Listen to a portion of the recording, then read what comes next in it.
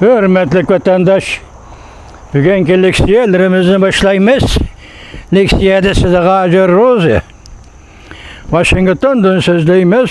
Bugünkü islağı 2021 yılı 9. ayının 28. günü hürmetli vatandaş. Bugün sizlerge sözleydiği vaziyetimiz, yani özgür vatkan siyaset, yani Uygur'a karta özgür vatkan siyaset, muşu doğruda vaziyet, Uygur'a karta özgür vatkan vaziyet, muşu doğruda sözleyimiz hürmetli vatandaş. Bugünkü vaziyetini esen ben tünükilleti sizlerge dedim, Amerika Koşmuş Ştatları Devlet Meclisi Avam Palatası, devlet müdafiyasıga hukuk veriş kanun layihasını makulladı. Onun dışı hukumluk bir olsun menbiini izleş meselesi ve Xitay Cumhur hükümetinin Uygurla kıratkan kırgınçılık, Uygur erkek kırgınçılık siyasını itiraf kılış ve bekitiş meselesi var. Eğer tasdiklansa Avam Palatası'ndan öttü, senattan öttü, bu bizden en ahırkı ümidimiz bulup kalıdı degen edim vatandaşım. Akşamlardan karasam efendim bir yani bir mavzu geldi, dedi ki senatörler bu kanun layihasını makulluktan ötkezmedi dedi.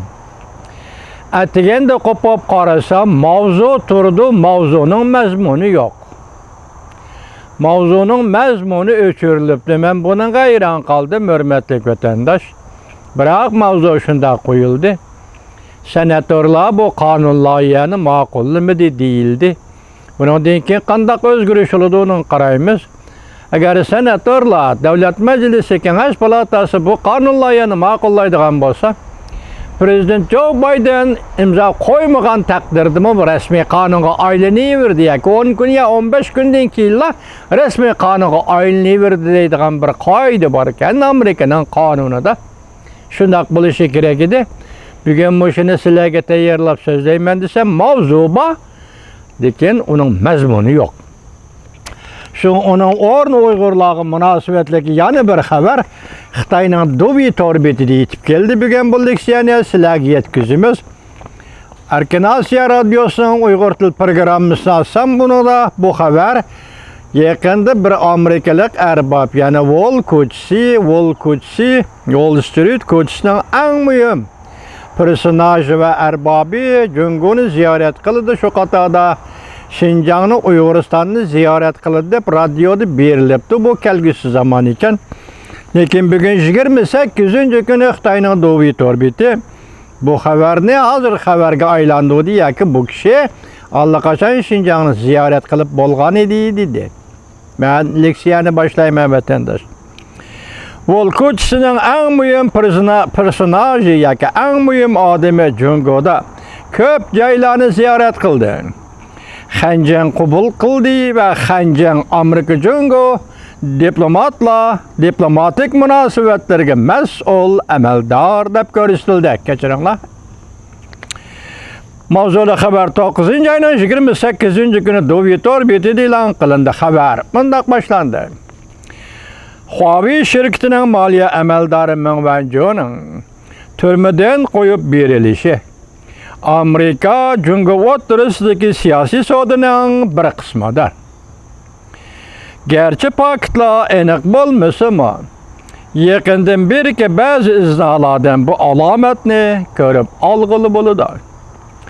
Hong Kong, yani Shangang Janubning Sahar gazeti 9. ayning 27. günü xabar qilib bundoq ko'rsatdi. Amerika Qo'shma Shtatlar prezidentining klimat o'zgarishi bo'yicha alohida elchisi John Kerry ikkinchi qatim Junguni ziyorat qilishdan burun, yani 8. ayning 31. kunidan burun Jungo Amerika pul muomala yumaloq stal yig'ini raisi Gaushang guruhining sobiq yuqori qatlam rahbari John Thornton Jungoda 6 haftalik ziyoratda bo'ldi. Hem de Şinjan'a berip, yani Uyguristan'a berip, Uyguristan'ı ziyaret kıldı. Yani Jungo'nun Muavin Veziri Daimi Komiteti azası Xanjan bilen Amerika Jungo münasebetini, hava klimat özgürlüğünü, Uyguristan Şinjan meselesini muhakeme kıldı. John Thornton'un bu qatımkı ziyareti 1971 yılidaki Kissinger'ning Jongoni maxfiy ziyorat qilishi bilan o'xshash deb qaraldi. Xabarda mundaq ko'rsatildi. Juqumliq virus portlagandan keyin Jongoni ziyorat qilmoqchi bo'lgan chet ellik nurg'un kishilarning Jongoga chegaradan kirishi cheklangan. John Thornton mislsiz darajada chegaradan kirish huquqiga ega bo'ldi.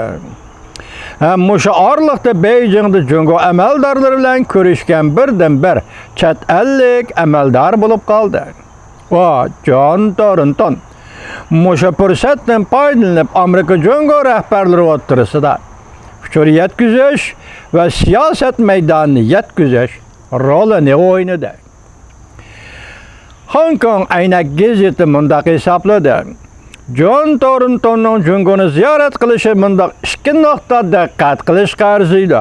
Birinchi, John Thornton bilan muavin vazir Han Jing muhokama qilgan masala klimat o'zgarishi bilan cheklanmaydi. Jumladan Uyg'uriston masalasini o'z ichiga olgan Amerika Jongo munosabatidagi ko'plagan savollarga berib chetiladi.